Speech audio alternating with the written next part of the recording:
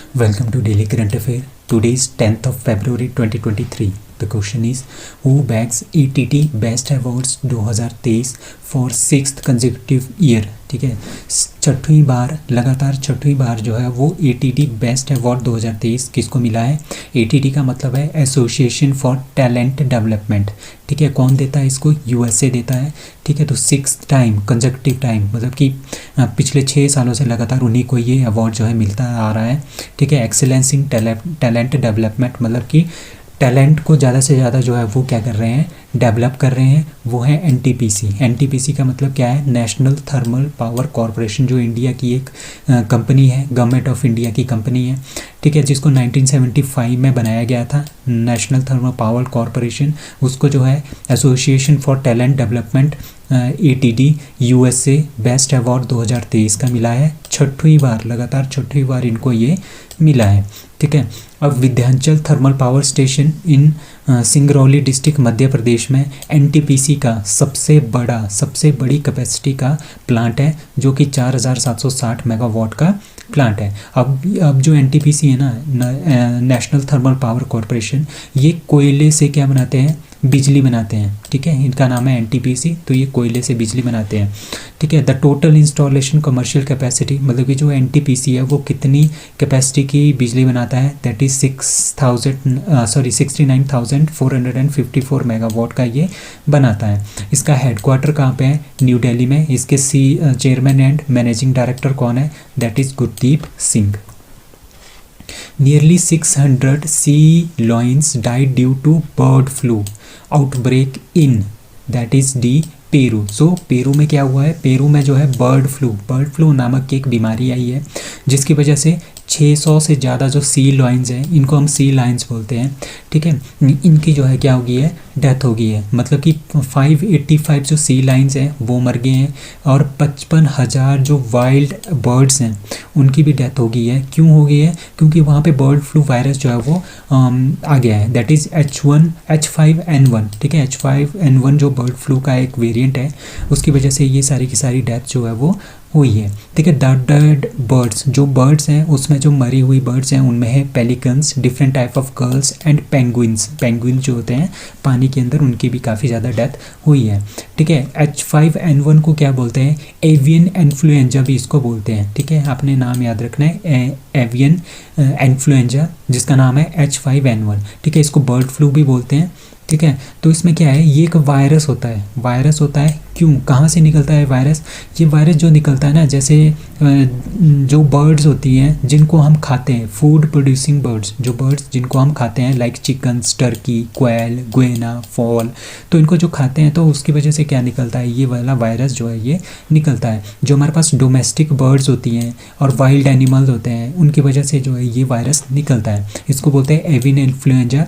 इसके जो टाइप्स हैं वो है H5N1, H7N9, H9N2 और H10N3। तो उसमें से जो H5N1 है जी, इसकी वजह से क्या हुआ है? इसका नाम है एवियन इन्फ्लुएंजा। इसकी वजह से ये डेथ जो है ये हुई है। कहाँ पे?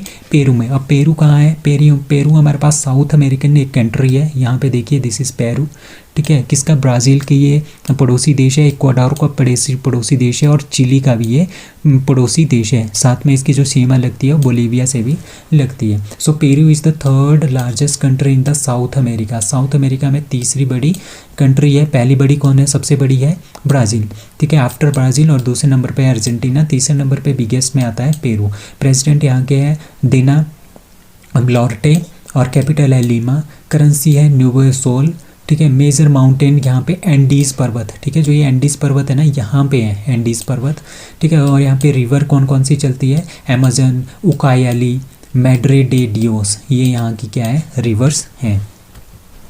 Who becomes the first civic body in the country to launch green bonds? ठीक है, कौन सी ऐसी पहली सिविक बॉडी बनी है देश में जिसने ग्रीन बॉन्ड जो है वो लॉन्च किए हैं, दैट इज़ डी इंदौर। सो इंदौर का जो म्यूनिसिपल कॉरपोरेशन है ना, इंदौर म्यूनिसिपल कॉरपोरेशन, उन्होंने क्या बनाया है, वो पहली सिविक बॉडी बन गई है।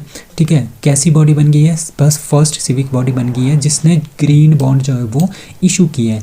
ग्रीन बॉन्ड क्या है, ग्रीन बॉन्ड इस तरह का बॉन्ड होते हैं जिसकी वजह से क्या होता है, लोग जो गवर्नमेंट है वो पैसा लेती है, फंड लेती है। ठीक है, और जो वो पैसा है वो कहाँ पे इम्प्लीमेंट करेंगे, ग्रीन प्रोजेक्ट्स में। ग्रीन प्रोजेक्ट्स कौन से हुए, जिसमें धुआं नहीं निकलता है, जिसमें CO2 नहीं निकलता है, जिसमें ग्लोबल वार्मिंग की जो गैसेस होती है ना वो नहीं निकलती है, उन सब प्रोजेक्ट्स में जो है इसको लगाया जाता है। Like related to renewable energy, जो रिन्यूएबल एनर्जी है like solar energy, wind energy, इसके थ्रू हमने एनर्जी बनाना, तो इनको बोलते हैं रिन्यूएबल एनर्जी। इनके एनहांसमेंट के लिए, क्लीन ट्रांसपोर्टेशन के लिए कोई भी धुआं नहीं होना चाहिए, कोई भी हार्मफुल गैसेस नहीं होनी चाहिए, CO2 नहीं होना चाहिए, सस्टेनेबल वाटर, अच्छा पानी होना चाहिए ताकि वो अच्छी हेल्थ प्रोड्यूस कर सके। ठीक है, इस तरह के मैनेजमेंट, इस तरह के कामों के लिए, इस तरह के प्रोजेक्ट के लिए जो पैसा लगाया जाता है उसको बोलते हैं ग्रीन प्रोजेक्ट्स। उसमें जो है जो ग्रीन बॉन्ड्स, इन ग्रीन बॉन्ड से जो पैसा रेज होगा, जो फंड रेज होगा वो ग्रीन प्रोजेक्ट्स में लगाया जाएगा ताकि हम कार्बन डाइऑक्साइड की मात्रा को कम कर सके, पोल्यूशन को कम कर सके और ग्लोबल वार्मिंग को कम कर सके। तो इस तरह की जो पहली बॉडी बन गई है वो बन गई है कौन सी, इंदौर की म्यूनिसिपल कॉरपोरेशन पहली कंट्री बन गई है जिसने ग्रीन बॉन्ड जो है वो इशू किए हैं। ठीक है, उन्होंने the corporation has plan to raise 244 crore. ठीक है, मतलब कि ग्रीन बॉन्ड्स, इस तरह के ये ग्रीन बॉन्ड्स बेचेंगे और उससे क्या नहीं मिलेगा, बहुत सारे पैसे मिलेंगे। तो उन्होंने सोचा है कि हमने 2044 करोड़ रुपए जो है इससे हम इकट्ठा करेंगे और इसकी वजह से जो ये पैसा आएगा ना, इससे इन्होंने 60 मेगावाट का एक सोलर पावर प्लांट लगाना है। कहाँ पे, जुलाद पंपिंग स्टेशन इन हम Samraj and Ashukhedi villages on the bank of Narmada river. ठीक है, और इस तरह की सारी जो इन्वेस्टमेंट है वो सोलर पावर प्लांट में लगाएंगे ताकि हम एनर्जी डेवलप कर सकें और CO2 का एमिशन कम हो और ग्रीन हाउसेस का एमिशन भी इसमें क्या होगा, कम होगा। ठीक है, तो आपको यहाँ पे देखिए, यहाँ पे मैंने लिखा है एनवायरनमेंट एंड क्लाइमेट, मतलब कि जो एनवायरनमेंट है और क्लाइमेट है उसको अच्छे से अच्छा रखना है। इसी का ये मेन मतलब है कि इसी के लिए इन्होंने ये ग्रीन बॉन्ड्स जो है वो इशू किए हैं। Which American Indian student named world's brightest students for second time. ठीक है, वर्ल्ड की जो ब्राइटेस्ट स्टूडेंट है, सबसे ज़्यादा इंटेलिजेंट जो स्टूडेंट है, लगातार दूसरी बार इनको ये अवार्ड मिला है। वो है इंडियन अमेरिकन, है तो इंडियन बट वो सिटीजन है अमेरिका की। ठीक है, उनका नाम है नताशा पेरियानगम। ठीक है, तो नताशा पेरियानगम है, जो वो है इंडियन अमेरिकन स्टूडेंट। उनको वर्ल्ड ब्राइटेस्ट स्टूडेंट जो इनको दूसरी बार जो इनको ये अवार्ड मिला है। ठीक है, Indian American school girl Natasha P has been named in the John Hopkins centre of talented youth list of world most talented student. ठीक है, वर्ल्ड की मोस्ट टैलेंटेड स्टूडेंट, और जो ये लिस्ट है ये किसने जारी की है, John Hopkins centre of talented youth. ठीक है, इन्होंने ये लिस्ट जारी किया और लगातार दूसरी बार इसको ये अवार्ड मिला है। Who is Natasha P. Natasha P एक 13 साल की लड़की है जो कि कहाँ पे पढ़ती है, Florence M Gaudineer middle school in New Jersey United States में पढ़ती है। ठीक है तो इंडियन बट इनकी जो सिटीजनशिप है वो है USA की। ठीक है, she took the John Hopkins centre for talented youth exam. ठीक है, ये एक तरह का एग्ज़ाम होता है John Hopkins centres for talented youth. 2021 में इन्होंने ये एग्ज़ाम दिया था। ठीक है, at the time she was 5th grader, उस टाइम ये 5वीं क्लास में पढ़ती थी। इसमें क्या होगा, इसमें वर्बल एप्टीट्यूड भी होता है, क्वान्टिटेटिव एप्टीट्यूड भी होता है। ठीक है, इसमें इन्होंने 90% मार्क्स जो है वो हासिल किए हैं, was equivalent to achieving in 90% percentile in grade 8th, earning her place in the years honour list.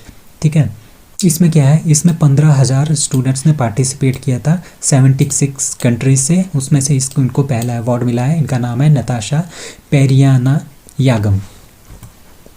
Which state government launched family ID portal, that is B Uttar Pradesh. कुछ टाइम पहले हमने ये न्यूज़ भी पढ़ी थी कि उत्तर प्रदेश गवर्नमेंट क्या स्टार्ट करने वाली है, फैमिली ID पोर्टल जो है वो स्टार्ट करने वाली है। तो यूपी गवर्नमेंट ने family ID, one family one identity जो ये पोर्टल है ये लॉन्च किया है। ये क्यों लॉन्च किया है, क्योंकि जो स्टेट्स है ना, उत्तर प्रदेश की जो स्टेट है, यहाँ पे बहुत सारे लोग हैं जिनके पास राशन कार्ड नहीं है।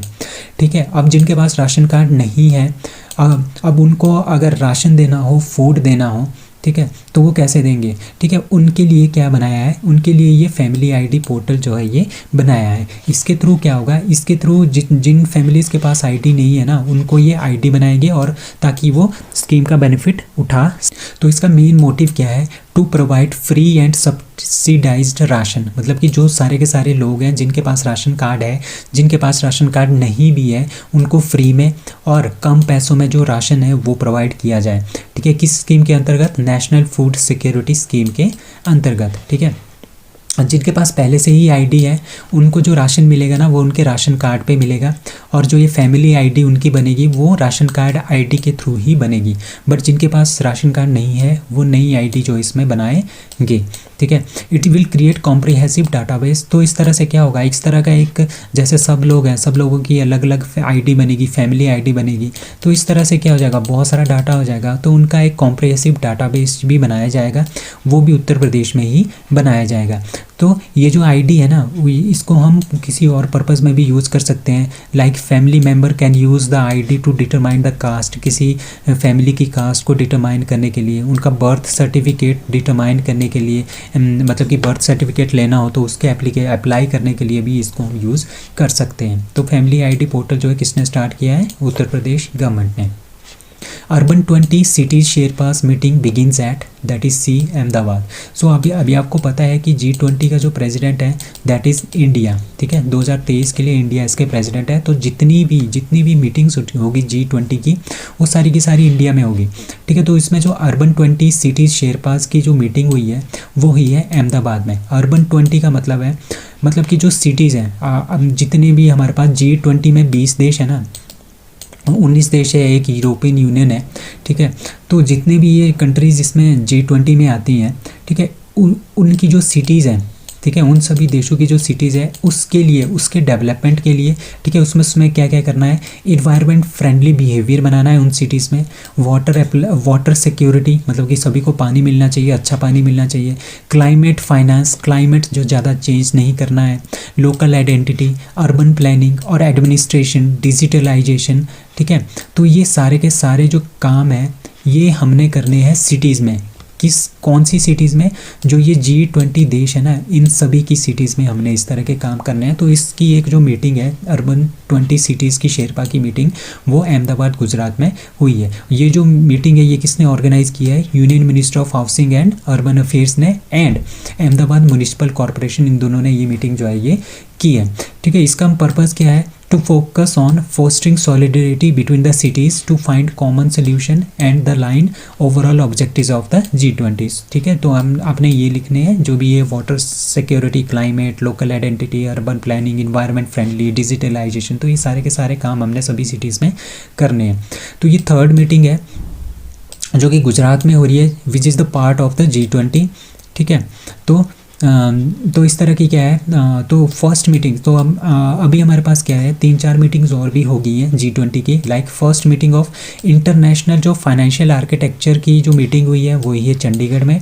G20 energy transition working group की मीटिंग हुई है बेंगलुरु में। और Y20 की मीटिंग कहाँ पे हुई है, गुवाहाटी आसाम में। और अर्बन 20 सिटीज़ शेरपास की मीटिंग कहाँ पे हुई है, अहमदाबाद गुजरात में। Who launched India's first traffic management system for drones, ठीक है। जो हमारे पास ड्रोन्स होते हैं, फ्लाइंग ड्रोन्स होते हैं, ठीक है, उनके ट्रैफिक को मैनेज करने के लिए, ठीक है, ताकि वो हमारे एयर स्पेस में ज़्यादा से ज़्यादा ना हो, एक दूसरे से ना टकराए। इसके लिए क्या है, इंडिया की पहली ट्रैफिक मैनेजमेंट सिस्टम जो है वो किसने लॉन्च किया है, दैट इज़ स्काई एयर। तो स्काई एयर कंपनी है, उन्होंने क्या किया है, जितने भी हमारे पास ड्रोन्स हैं वो अच्छे से अपने एयर स्पेस में अच्छे से उड़ सके, वो एक दूसरे के साथ ना टकराए। तो उसके ट्रैफिक के मैनेजमेंट की जिम्मेदारी जो है किसने उठाई है, ठीक है। ट्रैफिक मैनेजमेंट का सिस्टम किसने डेवलप किया है, वो किया है स्काई एयर ने। तो ये इंडिया का पहला traffic management system for drone है, ठीक है। यूनियन मिनिस्टर जो हमारे पास रोड एंड ट्रांसपोर्ट के हैं, हाईवेज़ के, दैट इज़ नितिन गडकरी, उन्होंने इसका अनवील किया, इसको लॉन्च किया है sky UTM, which is the most edge cutting unmanned traffic management system in the world, which is capable of handling, मतलब कि 4000 फ्लाइट्स पर आवर, ठीक है। जो हमारे पास एरोस्पेस है उसमें 4000 फ्लाइट्स को ये क्या कर सकता है, मैनेज कर सकता है। और 1 घंटे में 4000 फ़्लाइट्स को मैनेज कर सकता है और पूरे दिन में ये 96,000 फ़्लाइट्स को जो है वो मैनेज कर सकता है। स्काई यूटीएम ये cloud based aerial traffic management होगा। क्लाउड बेस्ड मतलब कि इंटरनेट के थ्रू हम इसको क्या कर सकते हैं, ऑपरेट कर सकते हैं। ठीक है, तो इस तरह का ड्रोन्स, तो इस तरह के जो ड्रोन्स हैं वो हम किस में यूज़ कर सकते हैं, कंस्ट्रक्शन में, एग्रीकल्चर में, हेल्थ केयर में, डिफेंस इंफ्रास्ट्रक्चर, सर्वेलिंग, रियल स्टेट और ट्रांसपोर्ट में भी इस तरह से हम इसको यूज़ कर सकते हैं। तो ज़्यादा से ज़्यादा हम यूज़ अब ड्रोन का कर सकते हैं क्योंकि अब ट्रैफिक मैनेजमेंट सिस्टम इंडिया का आ गया है। ठीक है, drone company will monitor the highways and road construction. There is a lot of research happening in that will certainly have in the scale its uses. ठीक है, जो ड्रोन कंपनीज़ हैं अब सारे के सारे कामों में, जैसे हाईवेज कंस्ट्रक्शन, रोड कंस्ट्रक्शन, तो उसमें भी हम ड्रोन्स को यूज़ करेंगे। तो उसके मैनेजमेंट के लिए जब हम ड्रोन्स फ्लाई करेंगे तो उसके मैनेजमेंट के लिए तो उसका मैनेजमेंट सिस्टम भी होना चाहिए। तो ये किसने लॉन्च किया है, स्काई एयर ने। UNESCO to declare dash dash the world's first living heritage university that is a विश्वा भारती यूनिवर्सिटी। तो जो ये विश्वा भारती यूनिवर्सिटी है ये फाउंड की थी रविंद्रनाथ टैगोर ने 1921 में। ठीक है, इसको क्या मिला है, इसको फर्स्ट लिविंग हेरिटेज यूनिवर्सिटी का दर्जा जो है वो यूनेस्को देने वाला है। अभी दिया नहीं है, देने वाला है। ठीक है, it will soon receive the UNESCO heritage tag. ठीक है, ये पहली यूनिवर्सिटी है जो कि first university of living heritage के अंदर आएगी यूनेस्को में। ठीक है, तो विद्युत चक्रवर्ती जो कि वाइस चांसलर है विश्वा भारती यूनिवर्सिटी के आजकल। ठीक है, यूनेस्को ने क्या बोला है, ठीक है, 1921 में रविंद्रनाथ टैगोर ने ये यूनिवर्सिटी बनाई थी और 1922 से ये स्टार्ट हुई थी। ठीक है, Visva Bharati was inaugurated as the centre, मतलब कि जो विश्वा भारती था ये किस लिए बनाया गया था, ये बनाया था centre for culture with exploration in art, language, humanity, music, and these are the reflect in the diversities that continues in their educational program like including Hindi studies, Sino-Asian studies, humanity, fine arts and music। तो इस तरह की activities यहाँ पे होती रहती है। ठीक है, 1922 में जो ये यूनिवर्सिटी बनाई गई थी ना, ये हमारे पास किस लिए बनाई थी, ताकि हमारा जो लोकल कल्चर है वो निखर के बाहर आए। हिंदी की स्टडी में हिंदी ज़्यादा से ज़्यादा लोग पढ़े, एशियन स्टडीज़ को पढ़े, ह्यूमैनिटीज़ को पढ़े, फाइन आर्ट्स और म्यूज़िक को पढ़े। तो इसके लिए यूनिवर्सिटी जो है ये बनाई गई थी। इसके जो पहले वाइस चांसलर थे वो थे रथिंद्रनाथ टैगोर, जो कि पुत्र थे रविंद्रनाथ टैगोर जी के। और जो इसके दूसरे वाइस चांसलर थे ना, वो थे जो हमारे पास इकोनॉमिस्ट है ना अमर्त्य सेन, उनके पोते थे इसके सेकंड वाइस चांसलर। अब यूनेस्को का हेडक्वार्टर कहाँ पे है, पेरिस फ्रांस में। यूनेस्को कब फाउंड हुआ था, 16 नवंबर 1945 में। कहाँ पे, लंदन यूके में। और यूनेस्को के डायरेक्टर जनरल कौन है, Audrey Azoulay. Dash dash becomes India's first step to support credit cards on UPI. ठीक है, अब क्या है, अब यूपीआई में क्या था, पहले हम यूपीआई के थ्रू क्रेडिट कार्ड से पैसे नहीं निकाल सकते थे। अब क्या हुआ, जो मोबिक्विक है उन्होंने क्या किया है, ये पहली फर्स्ट स्टेप बन गई है इंडिया की, जो क्या करेगा, क्रेडिट कार्ड यूपीआई के ऊपर हम क्रेडिट कार्ड भी अब क्या कर सकते हैं, चला सकते हैं। वो किसने किया है, मोबिक्विक ने। ठीक है, तो इंडिया की पहली fintech company that is MobiKwik has become the first fintech app to support RuPay debit card on UPI. तो यूपीआई के थ्रू अगर हमने पेमेंट करनी है, ऑनलाइन पेमेंट करनी है, तो पहले क्रेडिट कार्ड जो है वो एक्सेप्ट नहीं करता था, डेबिट कार्ड ही एक्सेप्ट करता था। बट अब क्या है, क्रेडिट कार्ड भी ये एक्सेप्ट करेंगे। कौन एक्सेप्ट करेगा, मोबिक्विक। ठीक है, तो with in nearly 50 million users हैं जो कि इस तरह की प्रोसेसिंग करेंगे क्रेडिट कार्ड के थ्रू। तो ये काफ़ी ज़्यादा जो हो जाएगा हमारे कैशलेस इकोनॉमी को, ये इंडिया की कैशलेस इकोनॉमी को क्या करेगा, बढ़ाएगा। ठीक है, विद रुपए के जो डेबिट कार्ड है वही ये एक्सेप्ट करेगा। ठीक है, जो रुपए के डेबिट कार्ड है वो यूपीआई आईडी मिलेगी उनको। ठीक है, थ्रू मोबिक्विक, और मोबिक्विक के थ्रू हम क्या कर सकते हैं, फिर पेमेंट कर सकते हैं। यूपीआई क्यूआर कोड से भी कर सकते हैं, यूपीआई पिन के थ्रू भी हम क्या कर सकते हैं, आप तो पेमेंट हम इसमें कर सकते हैं। India's first glass igloo restaurant opened in that is A Gulmarg. So Gulmarg में क्या हुआ है, इंडिया का पहला ग्लास इग्लू रेस्टोरेंट जो है वो खोल दिया गया है। गुलमर्ग कहाँ पे है, वो है जम्मू एंड कश्मीर में। तो इग्लू मतलब कि इस तरह का ये एक शेप है, ठीक है। ये जो बनाया गया है ना रेस्टोरेंट, ये बनाया गया है शीशे का, ग्लास का बनाया गया है। उसके ऊपर ये बर्फ़ जो है वो गिर पड़ी है, जिसकी वजह से ये बहुत ही ज़्यादा सुंदर लग रहा है और यहाँ पे टूरिस्ट बहुत ज़्यादा आ रहे हैं, ठीक है। तो ग्लास इग्लू रेस्टोरेंट, तो ये पहला है हमारे पास ग्लास इग्लू रेस्टोरेंट है जो कि हमने फिनलैंड से लिया है। तो फिनलैंड में इस तरह के जो इग्लू होटल्स है, रेस्टोरेंट हैं, वो बनाए जाते हैं। तो उसी को देखते हुए अब इंडिया का ये पहला ग्लास इग्लू रेस्टोरेंट जो है वो गुलमर्ग जम्मू कश्मीर में खुला हुआ है। तो ये सेंटर ऑफ अट्रैक्शन बना है टूरिस्ट के अंदर। यहाँ पे ज़्यादा से ज़्यादा टूरिस्ट आ रहे हैं, उनको बहुत अच्छा इंजॉय कर रहे हैं और यहाँ पे फ़ोटोग्राफ भी ले रहे हैं काफ़ी ज़्यादा, ठीक है। तो ये काफ़ी ज़्यादा एक टूरिस्ट का डेस्टिनेशन जो है, अट्रैक्शन का डेस्टिनेशन बन गया है। This unique glass igloo restaurant is developed by, किसने इसको बनाया है, इसको बनाया है Kolahoi green heights a hotel in Gulmarg. अब कुछ हमारे पास इंपॉर्टेंट क्वेश्चंस हैं, like which country announced title 42 immigration policy, that is USA। Which state government launches Saharsh special education program, that is Tripura. King Constantine II passes away, he was from which country, Greece। The soul of steel challenge कहाँ पे launch हुआ था, उत्तराखंड में। World first digital party, that is BJP। Bharat Gaurav deluxe AC trains Shri Ram Janaki Yatra Ayodhya to Janakpur से start हुई है। India's first centre of excellence in online gaming, that is in Shillong. Brazil appoint Sonia Guajajara as the first minister of ministry of indigenous people. 11-year-old Falak Mumtaz won the gold medal at 23rd National Square Championship। First woman Chief Secretary of Telangana, that is Shanti Kumari। Startup firm IG Drone developed India's first 5G enabled drones, Skyhawk। First woman officer to be posted at BRO, that is Surbhi Jakhmola। Women's reservation bill कहाँ पे आया हुआ है, उत्तराखंड में। Who wins girls under 15 title in British Junior Open, that is Anahat Singh. 71st Miss Universe, that is R Bonney Gabriel USA की। Meeting of world economic forum Davos Switzerland में से start हुई थी। 26th नेशनल यूथ फेस्टिवल कहाँ पे हुआ है, कर्नाटका में। Who claimed victory over Sri Lanka by a record 317 run in third ODI, that is India. WIPL women IPL media rights for RS 951 crore किसने लिए हैं, वायकॉम 18 ने। So that's all for today, thank you.